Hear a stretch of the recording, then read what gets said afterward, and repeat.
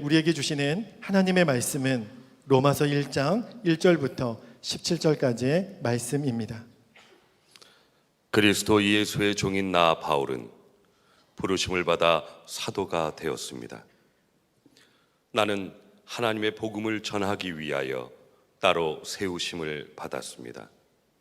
이 복음은 하나님께서 예언자들을 통하여 성경에 미리 약속하신 것으로 그의 아들을 두고 하신 말씀입니다.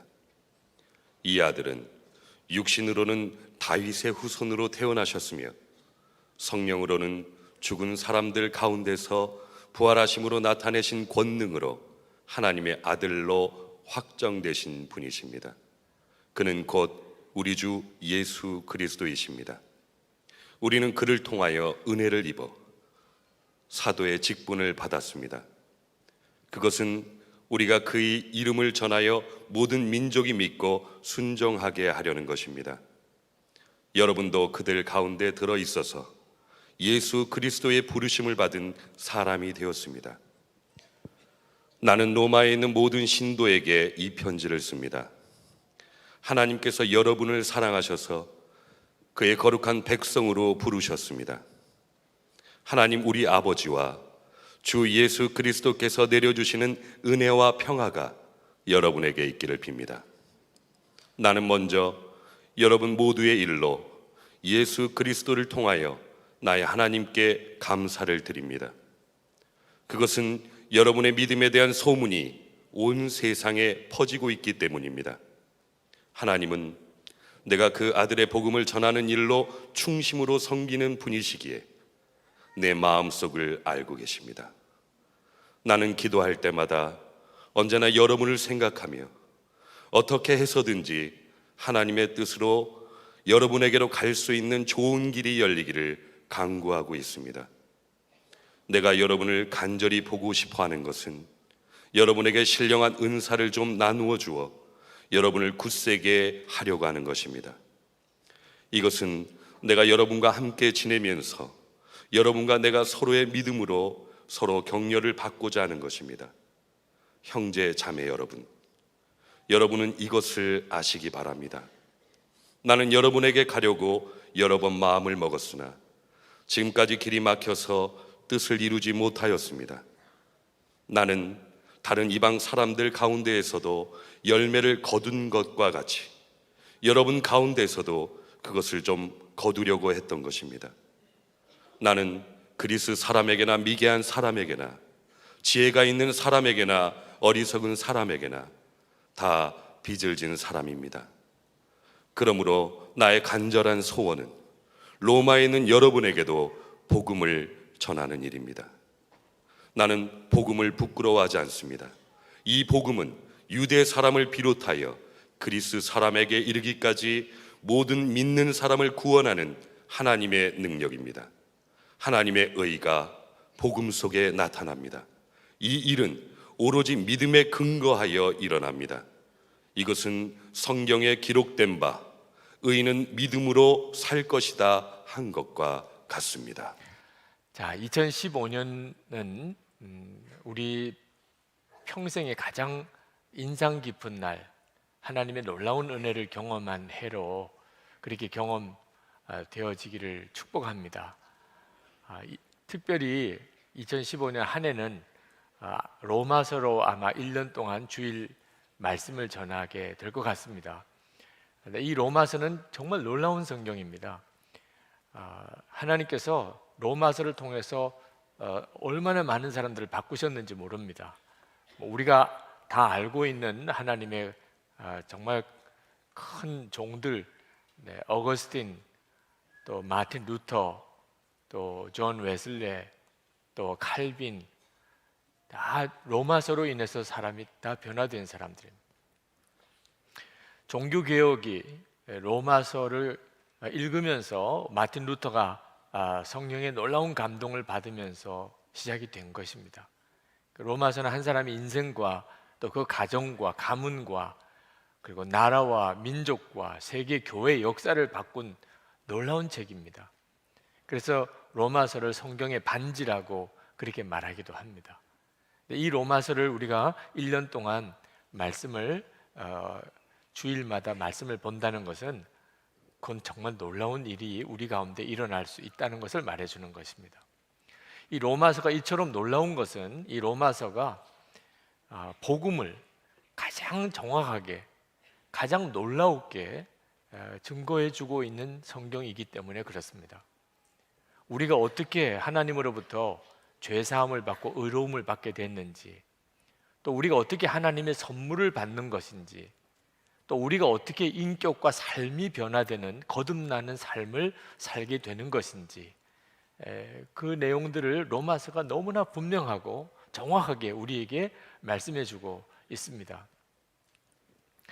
여러분, 이 로마 교회에 보낸 사도 바울의 편지이기 때문에 이걸 로마서라고 이렇게 말을 하는데, 로마 교회 하면 어떤 느낌이 드십니까? 우리나라의 가장 중요한 도시가 서울이죠. 서울은 누구나 다 가서 살기를 원하는 곳입니다. 서울에 있는 어느 대학을 간다는 것 굉장히 중요한 의미가 있죠. 직장이 서울에 있다는 것도 많은 사람이 선망하는 일입니다. 그래서 서울에 있는 교회, 그러면 교회들 중에서도 굉장히 좋은 이미지를 가지고 있죠.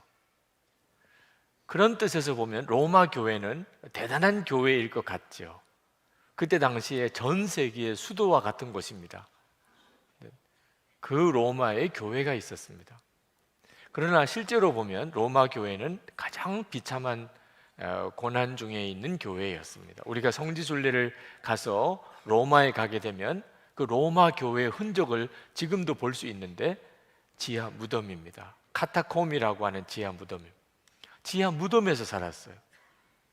핍박을 피해서. 로마 교회는 무서운 핍박을 당했던 교회입니다. 얼마나 핍박이 심했으면 지하 무덤 속에 들어가 살았겠습니까? 얼마나 300년 가까이.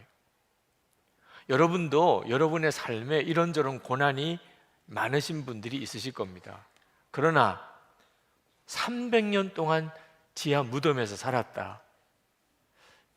이런 고난은 아마 세계 역사에 찾아보기 어려울 겁니다. 그런 고난을 겪었던 교회가 로마 교회입니다. 근데 그 고난을 이겨낸 거예요. 무엇으로 이길 수 있었을까요? 주 57년 사도 바울이 로마 교회에 보낸 이 편지 때문에, 이 편지 안에 고난을 이길 수 있는 복음이 있었던 거예요.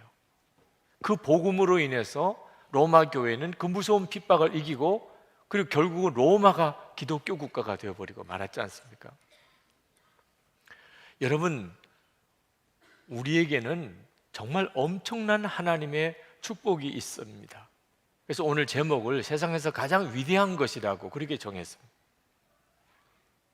어떤 누구도 부럽지가 않게 만들어주는, 어떤 형편에서도 기뻐하고 감사하게 만들게 해주는 것이 우리 속에 있습니다. 정말 모든 사람에게 나누어 주고 싶은 그런 놀라운 축복이 여러분 모두에게 있습니다. 그게 복음입니다. 정말 세상에 가장 위대한 것이죠. 순회선교단의 김용희 선교사님, 그분의 전매 특허와 같은 메시지가 있습니다. 복음이면 다냐? 다다.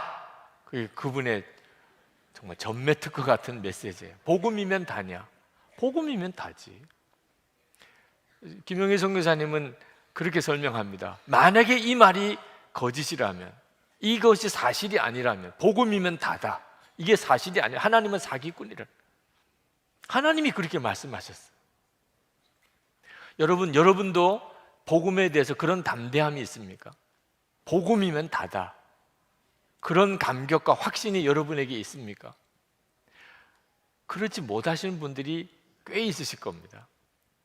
복음이라고 수도 없이 들었지만 복음이 다다. 그런 확신과 감격이 없이 사시는 그리스도인들이 많습니다. 저는 여러분들을 책망하거나 힐난하거나 비난하려고 이 말씀을 드리는 게 아닙니다. 여러분 안에 정말 그렇게 고백할 수 있는 세상에서 가장 위대한 것이 있다는 사실을 깨우쳐 드리고 싶은 겁니다. 저는 군목에 들어갔을 때 그때 포병 연대에 제가 배치를 받았는데 그 연대장님에게 신고를 하는 시간에 그 교회 집사님이십니다. 저를 앉혀서 차를 대접해 주시면서 부탁을 하세요. 제가 목사님에게 부탁드릴 것은 한 가지밖에 없습니다. 그것은 목사님이 교회만 계시지 말고 계속 매일 저녁에 네모반을 돌아다니면서 병사들에게 하나님의 말씀을 좀 전해달라는 겁니다. 제가 그 연대장님의 말씀에 그렇게 하겠다고 대답을 드렸어요. 제가 육군 중위이죠. 그분은 지휘관이죠. 또 목사인데 네모반만 다니면서 하나님의 말씀을 전해달라는데 못합니다, 안 합니다. 그렇게 할 이유가 없지요. 그래서 저녁에 이제 병사들이 있는 네모반에 갔습니다. 가서 얼마나 어려웠는지 몰라요. 제가 네모반에 가면 아주 환영해 줄 거라고 그렇게 생각했습니다. 늘 교인들 신방 가면 환영해 주셨잖아요. 근데 네모반에 갔더니 심지어는 아주 저를 굉장히 불만스럽게 보는 그런 친구들도 있습니다. 아주 귀찮아하는 사람들은 대부분이고, 눈을 감고 아무 생각 없다는 식으로 앉아있는 친구도 있고, 보이지 않는 저항이죠. 제가 가서 몇 번 다녀보고는 금방 감을 잡았어요. 그 시간은 병사들이 이제 씻기도 하고, 그리고 TV도 보고, 책도 보고, 편지도 쓰고, 자기 빨래도 해야 되고 그런 시간입니다. 그런데 저녁에 제가 가서 인격 지도라고 하는 그런 과목으로 군목이 와서 특별히 말씀을 전한다 그러니까 당직 사관은 병사들을 다 집합시켜 주는 거죠. 군대니까 어떻게 하겠어요? 또 제 직책은 그렇고 군목은 인격 지도를 해야 되는 게 군에 정해져 있는 법입니다. 근데 제가 몇 번 다니고는 그만 완전히 좌절에 빠졌습니다. 나는 못하겠어. 제가 그때 알았어요. 제가 가지고 있는 복음은 기쁜 소식이 아니라는, 병사들에게 기쁜 소식이 아니에요. 저는 복음이라고 알고 있는 것을 전했어요. 근데 병사들은 전혀 반응이 달랐습니다. 그건 저에게 엄청난 충격이었습니다. 제가 복음을 모르느냐? 목사가 어떻게 복음을 모르겠어요? 주 예수를 믿으면 모든 죄가 사함받고 하나님의 자녀가 되고, 그리고 죽으면 천국에 가는. 병사들에게는 그건 아무 관심이 없었어요. 어떤 병사들은 자기는 불교 신자인데 왜 자꾸 기독교 이야기를 하느냐, 노골적으로 반발을 합니다.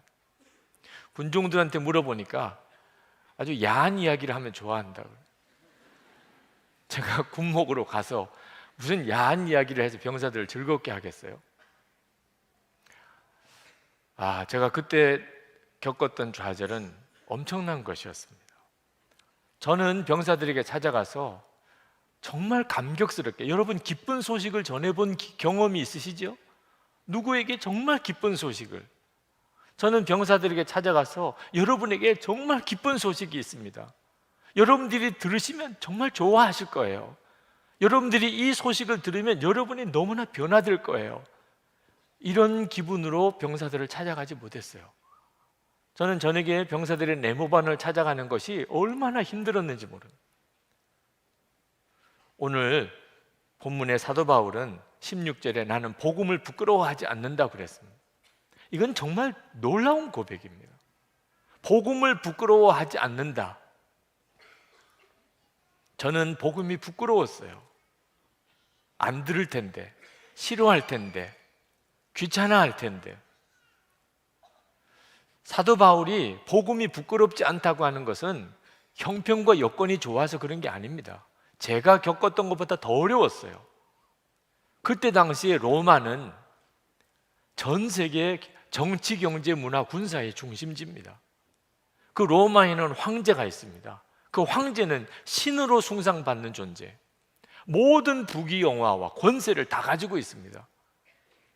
그런 로마에서 예수님의 십자가 복음, 그건 너무나 초라한 것이에요. 정말 조롱거리입니다. 예수를 믿는 사람들은 저 지하 무덤에 가서 삽니다. 다 뺏기고 아무 저항도 없이 그냥 비참하게 죽어가고, 경기장에서 십자가에 못 박히고 짐승의 밥이 되고. 그런데 누가 예수를 믿고 싶겠어요? 예수를 믿는 것은 부끄러운 일이고 복음은 정말 초라한 것이었어요. 그런데 사도 바울은 나는 복음을 부끄러워하지 않는다, 그런 상황에서 이 말씀을 읽어야 하는 겁니다. 사도 바울은 무슨 형편이 좋았는 줄 아십니까? 사도 바울은 복음을 전하러 다니느라고 빌립보에서는 지하 감옥에 갇히고, 데살로니가에서는 쫓겨나고,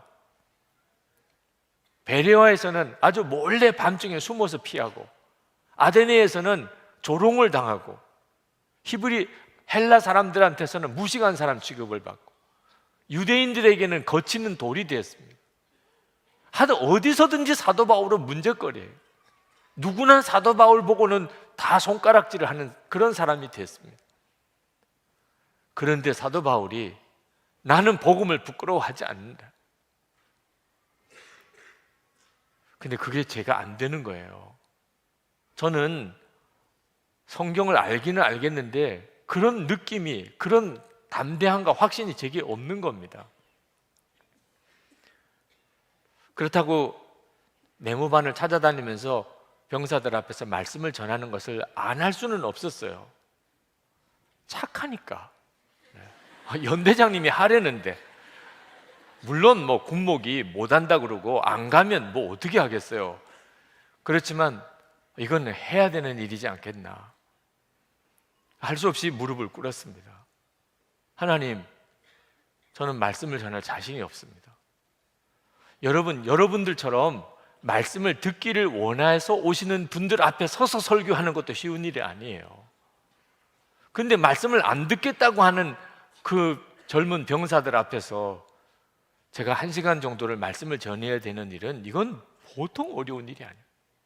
하나님, 제가 복음을 잘 모르는 것 같습니다. 이게 기쁜 소식이어야 될 텐데, 마치 제가 불신자인 것처럼 도대체 복음은 기쁜 소식인가? 그렇게 복음을 다시 보기 시작했습니다. 그때 기도 중에 하나님이 저에게 주신 마음이, 지금 이 병사들이 군에 오지 않았다면 목사 앞에서 이렇게 말씀을 들을 수 있었겠느냐? 군이 아니면 그 자리에 와 있을 사람 거기 얼마 없어요. 한 번도 복음이라고는 들어보지 못하고 인생을 마칠 수밖에 없는 사람이 군인이기 때문에 할 수 없이 군목이 인격 지도를 하러 왔으니, 그러니 모일 수밖에 없는 사람이 얼마나 많은 줄 아느냐. 그게 사실이었어요. 그러니 이건 못한다고 할 수도 없고 안 한다고 할 수도 없어요. 그때 하나님께서 제게 하나하나 깨우쳐 주신 거, 정말 이게 복음일까? 정말 우리에게 복음이 뭘까? 그래서 깨닫게 하신 것들을 정리해서, 그리고 저녁에 가서 병사들 앞에 서서 말씀을 전하면 처음에는 영 반응이 없다가 끝날 때쯤 되면 다들 돌아서서 눈을 뜨고 저를 쳐다보고 기도해 드리겠다고 하면 다 같이 간절히 기도하고, 그리고 돌아 나옵니다. 정말 감사한 일이죠. 그래도 끝은 좋았으니까. 그래서 저는 완전히 탈진한 거예요. 그렇게 군목 생활을 3년을 했습니다. 나중에는 잘했다고 군단장 표창까지 받았어요. 어떤 분이 그렇게 이야기하더라고요. 군에서 표창 받는 거는 하나도 도움이 안 된다. 그래도 뭐 하여튼 주변에서는 잘했다고 상까지 주셨어요. 그때 저에게 하나님께서 복음이 무엇인가에 대한 눈을 새롭게 열어주셨고, 그리고 설교 사역에 대한 엄청난 훈련을 하게 하셨어요. 제가 군목 시절에 병사들 앞에 섰을 때 복음이 뭔지 몰라서 당황스러웠던 것은 복음을 교리로만 알고 있었기 때문에. 여러분들도 복음이 무엇인가 그러면 다 들어서는 압니다. 말을 하라 그러면 처음에는 좀 버벅거리지만 모르시는 분이 뭐 거의 없으실 거예요. 예수님은 우리의 죄를 위해 십자가에 죽으셨고, 그 예수님을 믿으면 모든 죄가 사함을 받고, 그리고 하나님의 자녀가 되는 권세를 얻고, 그리고 죽으면 천국에 가는. 그런데 이것이 교리로만 그치게 되면 아무 능력이 없는 겁니다. 사람들이 들으려고 하지도 않습니다. 그럼 복음이 뭐지요? 복음은 예수 그리스도 그분으로 사는 거예요. 예수님이 우리를 위해서 십자가에서 죽으셔서 우리가 속죄함을 받았다가 아니고, 우리를 위해서 십자가에서 죽으셔서 우리를 속죄해 주신 그 주 예수님이 지금 내 안에 살아계시다. 나는 이제 주님과 함께 죽었고 이제는 나는 예수님으로 살게 되었다. 이게 복음이었어요. 제가 그 눈이 열리지 않았던 겁니다. 그래서 그 복음의 역사를 군목으로 있을 때는 제대로 경험을 못했던 거예요. 사도 바울은 1절 말씀에서 자기 자신을 소개하기를 예수 그리스도의 종이라고 그렇게 자기를 소개합니다. 여러분, 나는 누구의 종입니다, 그렇게 이야기할 때는 주인이 누구가 있는 겁니다. 사도 바울이 그리스도 예수의 종입니다 그랬으면 그리스도 예수가 지금 사도 바울과 같이 있는 거예요. 당신의 주인이 어디 계십니까? 그분은 없습니다. 그런 종이 어디 있어요? 누구의 종이라면서 그 주인이 없는데 무슨 종이에요? 그러니까 사도 바울이 그리스도 예수의 종이라고 말한 것은 예수 그리스도께서 사도 바울과 늘 함께 계시고 살아 계시고 사도 바울의 주님으로 계시다는 뜻이죠. 사도 바울은 복음 그 자체를 살아내고 있었던 것입니다. 그래서 사도 바울도 복음이 무엇인지를 2절부터 4절까지 명확하게 이야기합니다. 그것은 예수 그리스도라는 거예요. 2절부터 4절까지 보면 이 복음은 그의 아들을 두고 하신 말씀입니다. 그는 곧 우리 주 예수 그리스도이십니다. 복음은 예수 그리스도세요. 여러분이 이 사실을 여러분이 아시면 그러면 여러분도 복음의 감격에 사로잡힙니다. 여러분이 복음을 그저 교리로만 알고 있다면 여러분은 복음 자체가 그저 무감각해져 버려 있으실 거예요. 예수 그리스도에게는 이름이 둘이 있습니다. 하나는 예수와 임마누엘입니다. 마태복음 1장 21절에서 23절에 보면 예수님의 두 이름이 나옵니다. 천사가 나타나서 예수의 이름을 가르쳐 주십니다. 이름을 예수로 하라. 그가 자기 백성을 그들의 죄에서 구원할 자이십니다. 그러나 23절에 가면 보라, 처녀가 잉태하여 아들을 낳을 것이요 그의 이름은 임마누엘이라 하리라. 이름 하나를 더 가르쳐 주세요. 임마누엘. 이를 번역한즉 하나님이 우리와 함께 계시다 합니다. 그러므로 여러분, 우리가 예수님을 믿고 복음을 안다는 것은 예수님이 우리의 죄를 사하신 분일 뿐만 아니고 우리와 함께 계신 분이라는 것을 알아야 정확하게 알고 있는 것입니다. 우리가 예수를 믿으면 우리 죄가 사함을 받습니다. 그래서 하나님의 의가 드러나요. 17절에 하나님의 의가 복음 속에 나타납니다. 그 말은 우리는 의롭지 않지만 예수님이 우리를 위해서 십자가에 죽으셨기 때문에 이제 하나님이 우리를 의롭다고 인정해 주신 것, 하나님의 의를 우리에게 덧입혀 주신 겁니다. 그런데 하나님의 의를 덧입혀 주신 것뿐만 아니고 우리를 의롭게 사는 자로 만들어 주십니다. 거기까지 가야 비로소 복음이 우리 가운데 온전히 이루어진 것입니다. 절대로 용서받는 것이 끝나는 게 아닙니다. 속죄함은 이제는 죄를 이기고 살게 되어져야 비로소 복음을 정확히 아는 것입니다. 여러분, 살인 강도죄를 지은 사람이 사형 선고를 받았다고 합시다. 그런데 어떻게 이 사람이 사면을 받았습니다. 용서를 받은 거죠. 살인죄를 지은 게 용서받았어요. 얼마나 큰 은혜입니까? 죽을 수밖에 없었는데 살았단 말입니다. 그런데 용서는 받았는데 이 살인 강도짓을 저지른 사람이 마음이 안 변하고 성품이 안 변했다고 합시다.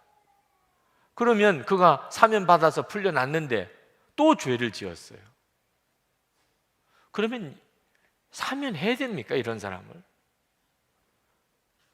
용서할 가치가 있는 겁니까? 우리가 죄 용서받은 것은 그렇게 된 걸 말하는 게 아닙니다. 우리가 죄 용서를 받았다, 모든 죄가 사함을 받았다, 이건 정말 큰 은혜죠. 근데 안타깝게도 많은 그리스도인들이 그걸 복음이라고 생각하고 있는 겁니다. 용서받은 거, 모든 죄가 사함 받은 거, 성품 하나도 안 변했어요. 성질 하나도 안 변했어요. 그리고 계속해서 죄 짓고 살아요. 그러면 그런 용서를 하나님이 왜 하십니까? 하나님께서 우리의 죄를 용서하신 것은 우리가 변하여 새 사람 되게 하시려고 하시는 거예요. 하나님의 의를 살아가는 사람이 되게 하시려고 우리를 용서하신 거예요. 그런데 어떻게 우리가 변하여 새 사람이 됩니까?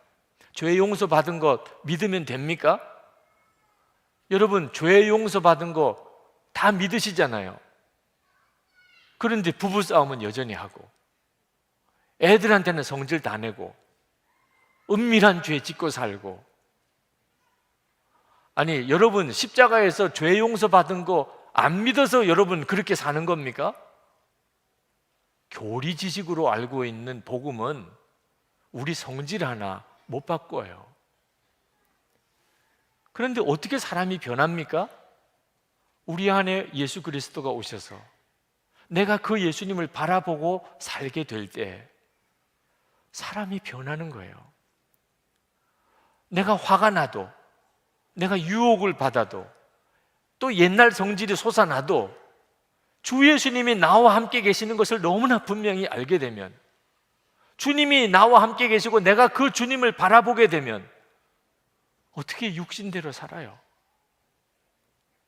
그러므로 복음은 임마누엘 하신 주님을 정말 믿게 될 때, 그건 나는 죽고 예수로 사는 것이라고 말합니다. 그때 복음이 되는 것입니다. 로마 교회 교인들이 300년 동안 지하 무덤에서 살았습니다. 예수님이 나를 위해서 죽으셨다는 교리 가지고 그렇게 살 수 있었을까요? 예수님이 나를 위해 죽으셨다, 내 모든 죄가 사함 받았다, 이 교리 하나 가지고 그들이 300년 동안 지하 무덤에서 버틸 수 있었겠습니까? 주 예수님이 함께 하시니까, 함께 하시는 주 예수님을 아니까, 그 주 예수님을 바라보니까 그들은 하루하루를 기쁨과 감사로 살아갔던 거예요. 그렇게 300년이 지난 것. 그리고 로마가 뒤집어진 거죠. 이것이 복음인 것입니다. 이 복음 안에는 또 놀라운 사실이 들어 있습니다. 16절에 사도 바울이 이 복음은 모든 믿는 사람을 구원하는 하나님의 능력입니다 그랬는데, 모든이에요. 모든 믿는 사람이라고 썼습니다. 사도 바울이 이 모든 믿는 사람이라고 쓴 이유가 있습니다. 그 앞부분에 이 모든을 설명하기를 유대 사람을 비롯하여 그리스 사람에게 이르기까지 모든 믿는 사람. 사도 바울은 지금 이 복음에서 말하려고 하는 것이 이제는 유대인만 구원받는 게 아니라 모든 이방인들이 다 구원을 받게 됐다는 것. 사도 바울은 이 사실에 얼마나 감격이 넘치는지 모릅니다. 이건 그때 당시에는 상상도 안 되는 일이었거든요. 구원은 유대인만 받는 것이었어요. 유대인들은 다 그렇게 확신했습니다. 예수님의 수제자였던 베드로조차도 구원은 유대인만 받는 건 줄 알았어요.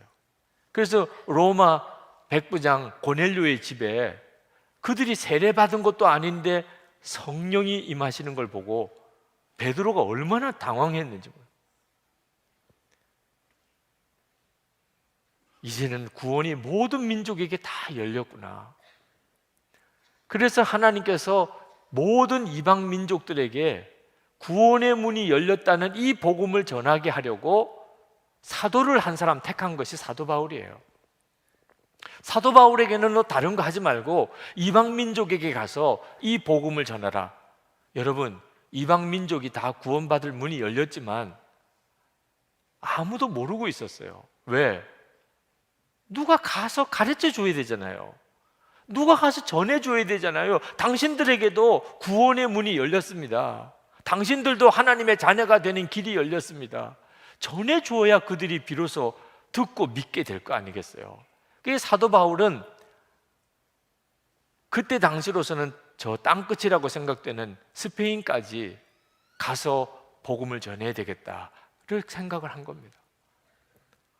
모든 족속에게, 이방 민족에게 그들이 핍박하든지 가는 길에 어떤 어려움을 겪든지 사도 바울은 전하고 싶어서 간절했어요. 왜? 그게 빚진 마음이니까. 내가 가서 전해주지 않으면 그들은 다 멸망할 거니까. 내가 가서 전해주면 그들이 다 구원받을 거니까. 그래서 사도 바울이 나는 빚진 자라고 14절에 그렇게 고백한 겁니다. 나는 그리스 사람에게나 미개한 사람에게나 지혜가 있는 사람에게나 어리석은 사람에게나 다 빚을 진 사람입니다. 그런데 어느 날 로마에 예수 믿는 성도들이 생겼다는 소식을 들은 거예요. 사도 바울이 그냥 얼마나 기쁜지 로마에 예수 믿는 사람들이 생겼다는 소식을 들었어요. 그런데 그들이 믿음이 너무 좋아요. 사도 바울이 그 소식을 듣고 감격해서 지금 이 로마서 1장에 그 내용을 쓰고 있는 거예요. 6절부터 15절까지. 사도 바울은 거의 흥분 상태에 빠져 있습니다. 여러분도, 여기 여러분은 로마의 교회 교인들을 말합니다. 여러분도 그들 가운데 들어있어서 예수 그리스도의 부르심을 받은 사람이 되었습니다. 나는 로마에 있는 모든 신도에게 이 편지를 씁니다. 하나님께서 여러분을 사랑하셔서 그의 거룩한 백성으로 부르셨습니다. 나는 먼저 여러분 모두의 일로 예수 그리스도를 통하여 나의 하나님께 감사를 드립니다. 그것은 여러분의 믿음에 대한 소문이 이 온 세상에 퍼지고 있기 때문입니다. 나는 기도할 때마다 언제나 여러분을 생각하며 어떻게 해서든지 하나님의 뜻으로 여러분에게로 갈 수 있는 좋은 길이 열리기를 간구하고 있습니다. 그러므로 나의 간절한 소원은 로마에 있는 여러분에게도 복음을 전하는 일입니다. 여러분들이 생각하기에 제가 좀 오버하는 것처럼 느껴져요. 진짜 사도 바울의 심정에 비하면 아무것도 아니에요. 사도 바울이 지금 흥분한 상태에 있다니까. 로마에 교인이 생겼어요.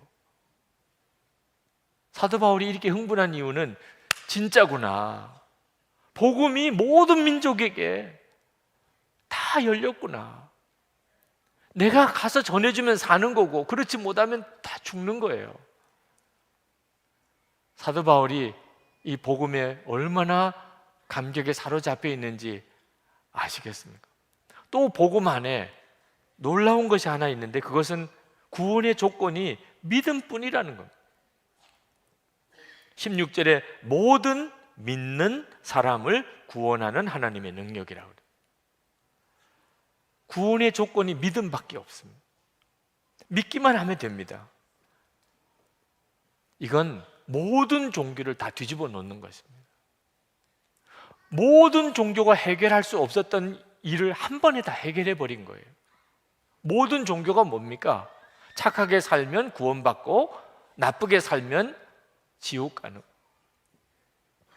신은 착하고 계명을 잘 지키는 사람은 사랑하고 그리고 악하고 계명 안 지키는 사람은 저주하는. 권선징악. 그게 일반 종교예요. 그런데 복음은 착하게 사는 거, 계명을 지키는 아무 조건이 없어요. 그냥 믿기만 하라는 겁니다. 하나님께서 죄인을 사랑하신다. 이건 있을 수가 없어요. 하나님은 착한 사람을 사랑하는 거지. 그런데 하나님이 죄인을 사랑하신다. 죄인을 위하여 당신의 독생자를 보내셨다는 거예요. 예수님이 그 모든 죄를 다 대신 지시고 십자가에 죽으셨다는 거예요. 그걸 믿기만 하라는 거예요. 그러면 다 구원받는다는 거예요. 사도 바울이 이 복음을 들고 정말 부들부들 떨리는 거예요. 왜? 이 복음을 몰라서 죽어가는 사람들 많으니까. 나는 죄인이야. 나는 도무지 신 앞에 갈 수가 없어. 나 같은 자는 지옥 아랫목이야. 지옥 아랫목. 나는 내가 포기했어. 내가 어떻게 구원받겠어? 내가 무슨 천국에 갈 수 있어? 저 열심히 도닦는 저 종교인들이나 그런 사람들이나 모르지. 수도원에 들어가서 평생 무슨 죄 짓는 일을 하겠어, 저 사람들? 나 같은 속물은, 나 같은 그런 이 정말 더럽고 악한 자는 구원 길도 없어. 이런 사람들에게 복음을 전해줘야 되잖아요. 믿기만 하면 하나님 이제 다른 조건 아무것도 두시지 않았다. 믿기만 하라. 그러니 사도 바울이 이 복음을 위해서 종으로 부름을 받은 거, 그것 때문에 사실 사도 바울은 고생 엄청나게 하는, 나중에는 순교하지요. 그런데 사도 바울은 기뻤어요. 정말 기쁜 소식이거든요. 이건 정말 기쁜 소식이잖아요. 자기 부, 건강, 명예, 친구, 안전 다 배설물처럼 버렸어. 사도행전 20장 24절에 내가 달려갈 길과 주 예수께 받은 사명 곧 하나님의 은혜의 복음을 증언하는 일을 마치려 하면은 나의 생명조차 조금 더 귀한 것으로 여기지 아니하노라. 육신의 생명보다 영생이 훨씬 크니까, 하나님의 나라를 바라보고 나니까, 주 예수님이 내 마음에 계시고 그분이 내 생명이고 주님이 되시고 나니까 이 복음을 모르는 사람에게 전하는 일은, 이건 말할 수 없는 감격이고 축복이었어요. 여러분, 오늘날도 복음은 부끄러움을 당합니다. 우리가 나가서 복음을 전하면 들으려고 하는 사람이 없어요. 우리 모두는 다 죄인입니다. 우리들은 다 지옥 갈 수밖에 없는 죄인입니다. 신경질 내는 사람 많아요. 아니, 나는 다른 사람보다 더 나아. 왜 나보고 지옥 갈 수밖에 없는 죄인이라고 그래? 너무너무 기분 나빠요. 예수님을 믿어야만 구원받습니다. 이 일조차도 불쾌하게 생각합니다. 기독교는 그래서 편협해. 왜 예수 믿어야만 구원받는다고 그래? 얼마든지 하나님을 찾는 길이 많은데 다른 종교는 그럼 다 아무것도 아니란 말이야. 그래서 복음을 이야기하면 벌떼같이 일어나서 비난합니다. 복음을 언급도 못해요. 여러분이 교리로만 복음을 알고 있으면 여러분은 입 다물고 평생 살 겁니다. 그러므로 여러분 안에 살아계신 주 예수님으로 복음을 알아야 돼요. 로마서가 말하는 복음은 나는 죽고 예수로 사는 복음입니다. 그게 진짜 복음이에요. 그게 진정한 속죄함입니다. 우리의 마음이 완전히 뒤집어지는 거예요. 여러분, 우리의 삶이 바뀌는 데는 두 가지 방법이 있는데, 하나는 우리 주변에 있는 환경, 사람이 다 바뀌면 그러면 우리 삶이 또 바뀌겠죠. 또 하나가 있습니다. 여러분의 마음이 바뀌어버리는 거예요. 여러분의 마음이 뒤집어지는 거예요. 환경, 여건, 사람이 안 바뀌어도 여러분의 속마음이 뒤집어지면 인생은 바뀌어버립니다. 복음은 여러분의 마음을 뒤바꿔 놓아요. 예수 그리스도께서 마음에 오시니까. 어떤 청년이 세상에 대한 원망과 불평이 가득했습니다. 선생님을 만나서 늘 하는 이야기가 세상 여러 가지 문제로 불평과 원망을 늘어놓는 겁니다. 그 선생님이 하루는 그 제자에게 너 물 한 컵과 소금을 가져와라. 제자가 가서 물 한 컵과 소금을 가져왔습니다. 그 소금을 한 움큼 집어서 그 물컵에다가 넣었습니다. 그리고는 물컵을 저어서 마시라고 그랬어요. 이 제자가 그 짜디 짠 소금물을 한 모금 마셨습니다. 인상이나 온갖 인상을 찌푸리면서 마셨어요. 맛이 어떠냐? 퉁명스럽게 환한 얼굴로 너무 짜지요. 그걸 질문이라고 하십니까?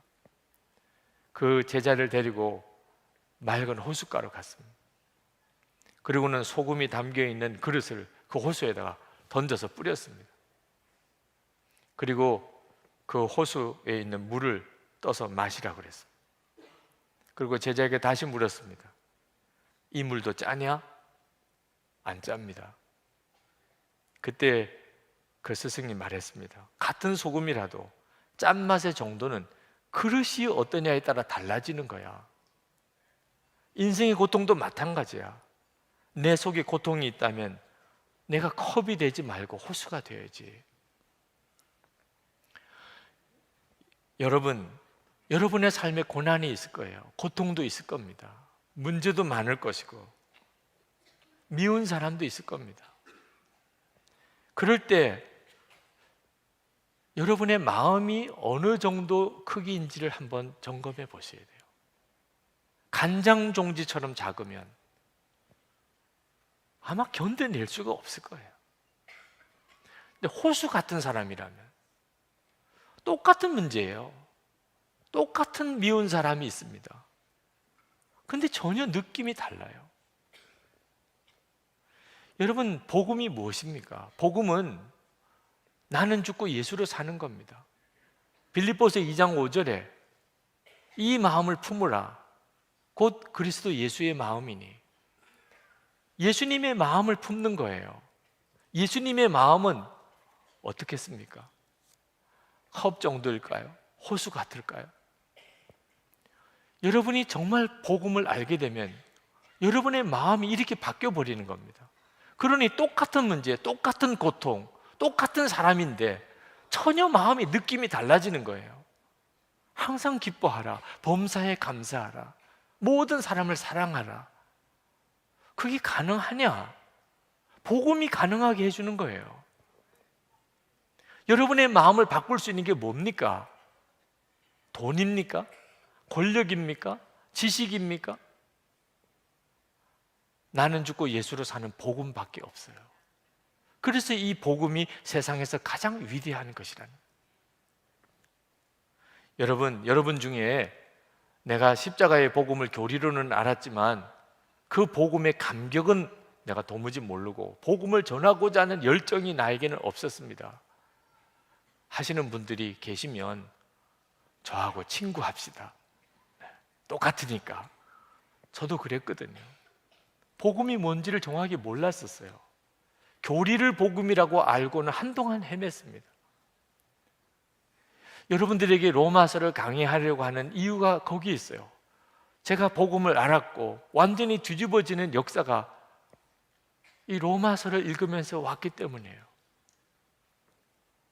여러분, 이 1년 동안 한번 로마서를 읽어봅시다. 1년 동안 읽는 거예요.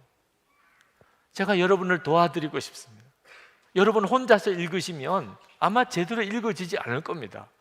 무슨 내용인지 읽다가 그만 포기하고 말 거예요. 같이 한번 읽어보세요. 주일마다 여러분 새번역 성경으로 본문을 택했는데 한번 새번역 성경을 한 권 사세요. 그리고 이 로마서 부분을 정말 1년 동안 완전히 읽고 또 읽으면서 여러분 것으로 삼아 보세요. 여러분의 인생이 바뀌어 버립니다. 복음이 삶을 뒤바꿔 놓는다니까요. 나라와 민족과 기독교의 역사를 바꿨다니까요. 그 복음의 능력이 여러분의 것이 된다고 생각해 보십시오. 오늘 성찬을 합니다. 새해 첫 주일, 첫 성찬. 역시 마찬가지. 성찬은 예수 그리스도께서 여러분과 한 몸이 되셨음을 다시 한번 여러분에게 확인시켜주는 축복의 시간. 마음을 여세요. 오늘 성찬을 위해서도 기도하시고, 그리고 이 로마서 강의가 끝나는 날까지 하나님, 제가 복음의 영광을 분명히 제가 경험하기를 원합니다. 그리고 복음이신 주 예수 그리스도, 저와 온전히 연합하여 하나가 되어지는 그 놀라운 은혜를 제가 받기를 원합니다. 제가 진정으로 예수 믿고 변화되었다는 사실을 증거하는 자가 되기를 원합니다. 우리 통성으로 기도하시고 성찬을 받겠습니다.